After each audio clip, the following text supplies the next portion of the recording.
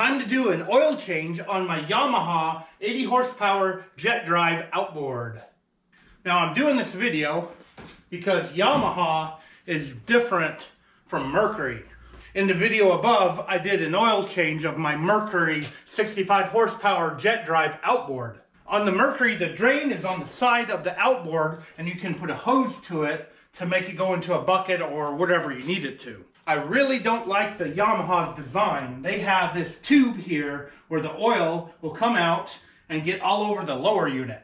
I've actually seen it on other oil change videos where people with like a 115 or the other sizes, they get oil everywhere. So I'm going to have to put a towel below this thing and use a bunch of rags and just get messy. Let me get that towel. This was my emergency towel. Now it's going to become an oil towel. And I do have kitty litter to put on the ground if I get it everywhere else other than on the towel. Cat litter really does a good job at soaking up oil. Now the Yamaha has a lock on the front and the back of the cowling, unlike Mercury. Mercury only has a lock on the back. So you just flip the lock, flip the other lock, and take it off. Very carefully. I don't even know where I'm going to put this.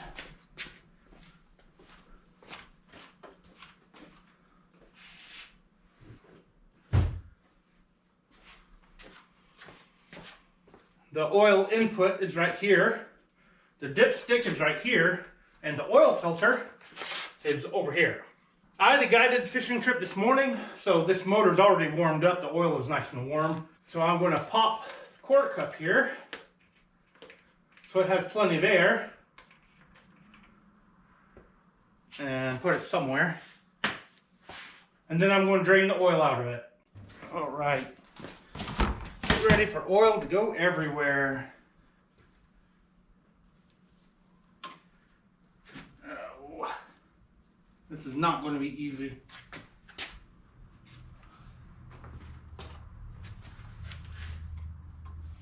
Probably could use some tape.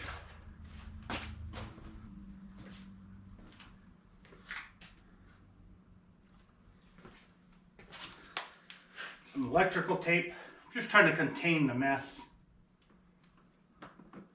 There we go. Oil is probably good for that. I'm going to cover it up anyway. I think it's 9/16.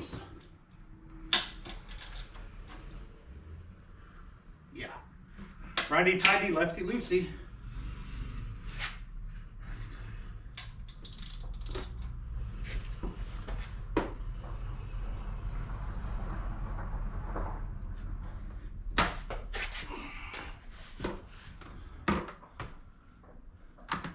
I think there is a washer in there as well, so I have to be careful and not lose that. I should have got a replacement from the dealership, but I didn't. This is a brand new motor, but they say to do an oil change at 20 hours, and I'm sure I'm over 20 hours at the moment. And it's possible I might have more oil than my thing here, which is not good. Now I don't have the motor level either. I might make it level when I check the dipstick. I'm hoping having it down like this will pull more oil out. On a Mercury, they say make the motor level. And this is taking forever. Okay, I want this down. Just let it drip on the towel. Oh!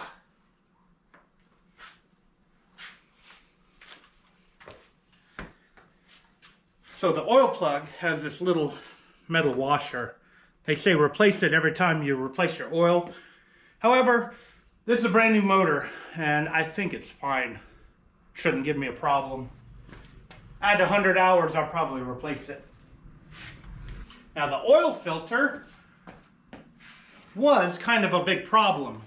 The number on the box is different than the number that was on the receipt and the number that's actually on the oil filter. So what I've done, I've looked at the number on the filter that's already on the outboard and matched it to the number that's on the filter itself, and they match. Always consult your dealer or your manual when it comes to this stuff. I had almost thought the dealership sent me the wrong one, but they didn't. And right here is the oil filter. And it's kind of in a very awkward place. And I can't hand untighten it, so I'm going to have to get a tool. It is very small. I don't know if this will fit it. It's a little oil filter thing that you can use with a ratchet. Yeah, might work. Maybe.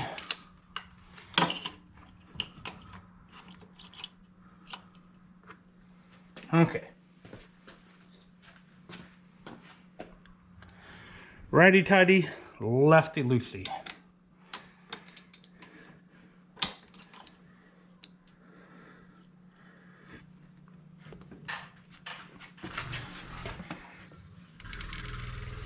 Moving. Ugh. There we go. Now to get oil all over everywhere up here.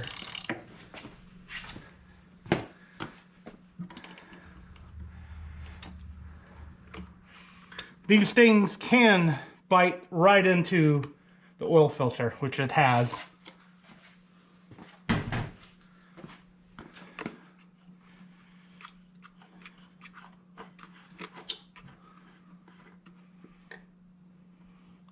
Not much oil in it.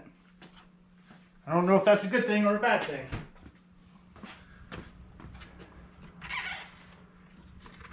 Clean all this off. New filter. And just like on a car, well, I'll remove the plastic first. I've never seen plastic on one before. You take oil, even if it's old oil, and put it on the rubber O-ring and just hand tighten it on there. Don't use any tools to tighten it on there. The heat will make it on there really good. Uh-oh. I think this is the right filter. It's got to be the same number.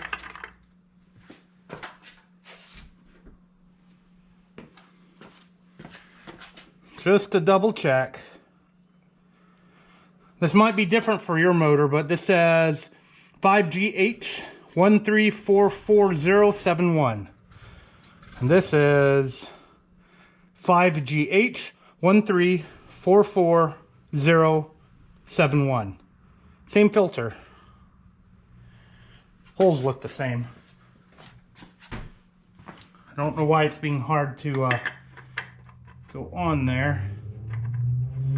Should be relatively easy. I want to strip it. Huh.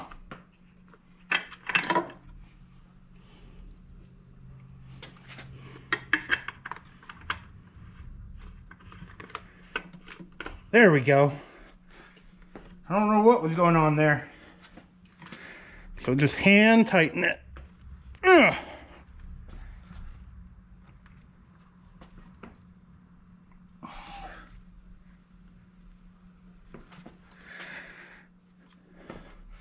There we go. Oil filter is changed.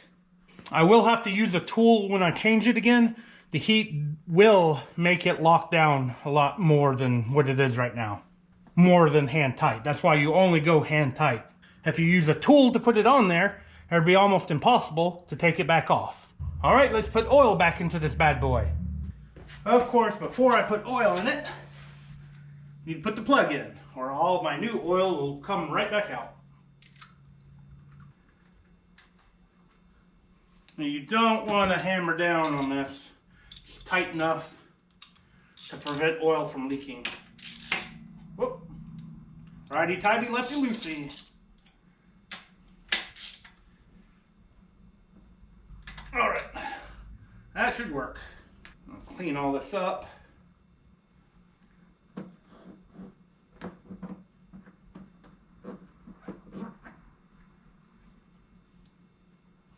Still got oil on the lower unit. Now, according to their computer, this takes 3.9 quarts of 10W30 Yamaha lube. But what I'm going to do is I'm going to put so much in there, then I'm going to just check the dipstick, and I'm just going to keep doing that until it looks good. And I need a funnel. I hope this works. Yeah, that might work. I have to hold it there. I pull the dipstick so I can see what it looks like. Some oil in this thing. Whoa. This Yamaha lube is supposed to be specially formulated for marine applications. And it's not that expensive either. You got to think, if you're using a really expensive motor, you might as well use, you know, what they recommend.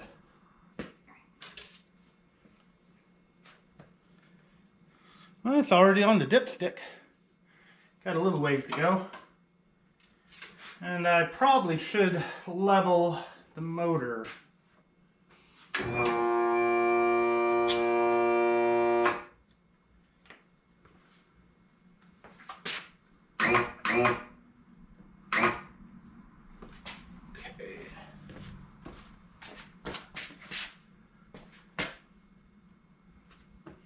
Check it again real quick. Yep, it's right there. We gotta get up here. It's about a quart left. Whoop.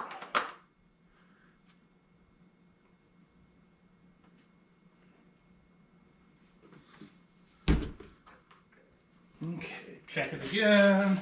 And again and again, and sling oil everywhere.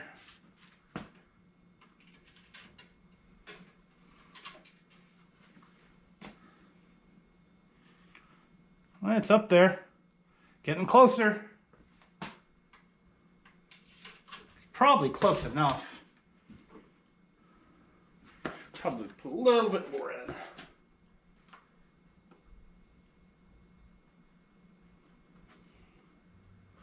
Having a little oil left over doesn't hurt.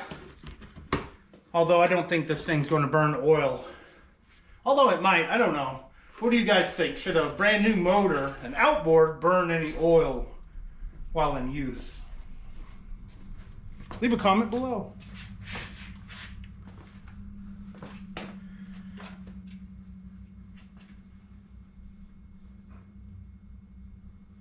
Yeah. I don't know, it's not to the top at all, really. And on the Mercury, it was like literally right in the middle of the stick.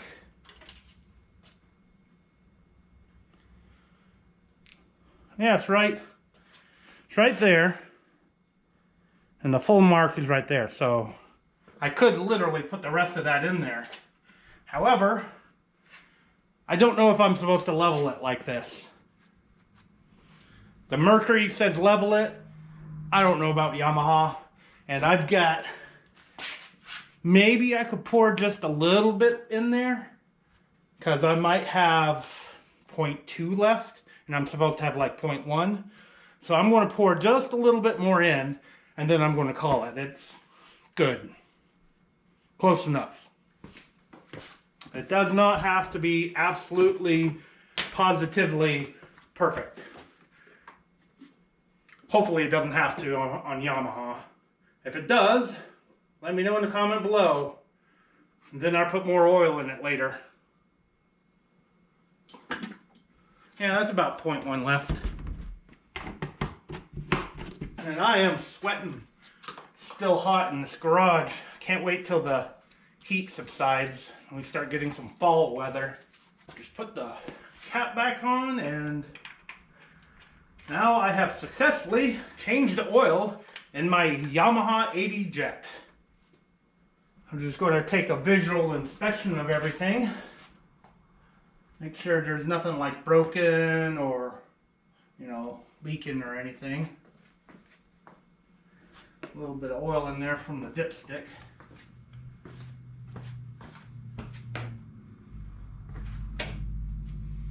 Now there's going to be two more things that I do to this, and I'll just do it off camera. or put grease in all the grease fittings all over it. And then like any jet, after every trip out, you have to put grease in the pump, the lower unit. That's why I got a grease gun over here. And I'm just using their Yamaha lube in here, and just a couple of pumps after you take it out, and that's it. You don't have lower unit oil to change once a year, but you do have to grease it after every single outing. And I've got oil everywhere. Oh boy. All right, let's put the cowling back on.